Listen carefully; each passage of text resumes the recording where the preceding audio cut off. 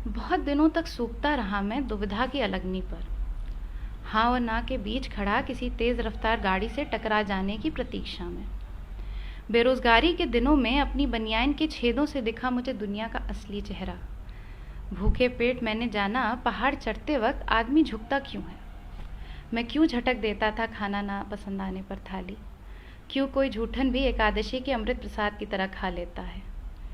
प्रेम करते हुए मैंने अपने भीतर के आयतन को नापा, अपने घनत्व को तौला, कितना आदमी हुआ हूँ और कितना जानवर बचा है मेरे भीतर इसका हिसाब किया। महानगरों में रहते हुए मैंने बार बार अपने गांव को याद किया और चलती मेट्रो में पीपल का पेड़ उगता रहा सिर्फ मेरे लिए।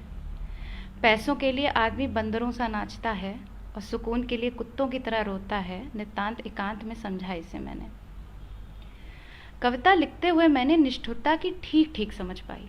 तुमको चूमते हुए मुझे दुनिया की शक्ति का पता चला। कातिल ने खंजर पर जिस शाम लिखा होगा मेरा नाम, उसी शाम मैंने जीवन को व्यर्थ कहा था। खंजर धातु का ही बना हो जरूरी नहीं, और जरूरी ये भी नहीं कि खंजर खंजर ही हो। वो नज़र भी हो सकती है, जैसे उस सेठ की थी और उस अफसर की थी जिसने मुझे ऐसे देखा था जैसे कोई किसी लाश को देखता है।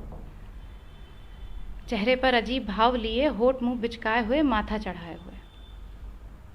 तुम्हारे पिता ने जिस शाम मेरी जेबों की तलाशी ली, उस शाम मैं पैदल पैदल पहुंचा था तुम्हारे घर। मेरी जेब से उन्होंने मेरी थकान निकाली और तुमसे कहा, इस थके हुए आदमी के हाथ में कुछ नहीं है, इस वीराने में रहती हो तुम इतनी मायूस हुई थी जैसे तुमसे सरकार ने नागरिकता का प्रमाण मांगा हो, और तुम कहना चाहती हो कि मेरे पास कोई सबूत नहीं है, पर मैं जन्मों से इसी वीराने की नागरिक हूँ। कोई कुछ भी कर ले, इस वीराने देश ने मुझे बेदखल नहीं कर सकता। ये एक खूबसूरत खुशफहमी थी जिसका शिकार होता रहा मैं। उस दिन जब तक तुम्हारे घर नहीं आए 200-250 लोग नाचते गाते, और अगली सुबह तुम्हारी कार को आंखों से ओझल होने तक देखता रहा। मैं आज जब ये कविता लिख रहा हूँ, तुम अपने बच्चों को स्कूल भेजने की तैयारी कर रही हो। मेरी पत्नी पौधों को पानी दे रही है।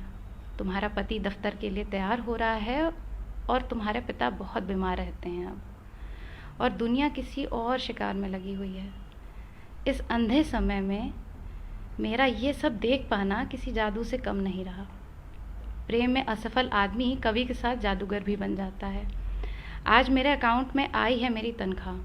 अपनी पत्नी को दिलाऊंगा तुम्हारे पसंद के झुमके, तुम अपने पति को खिलाना मेरे पसंद का खाना। और इस तरह हम नियति को चकमा देते हुए मिलेंगे उसी कमरे में जहाँ पकड़े गए थे हम दोनों एक दूसरे को चूमते हुए।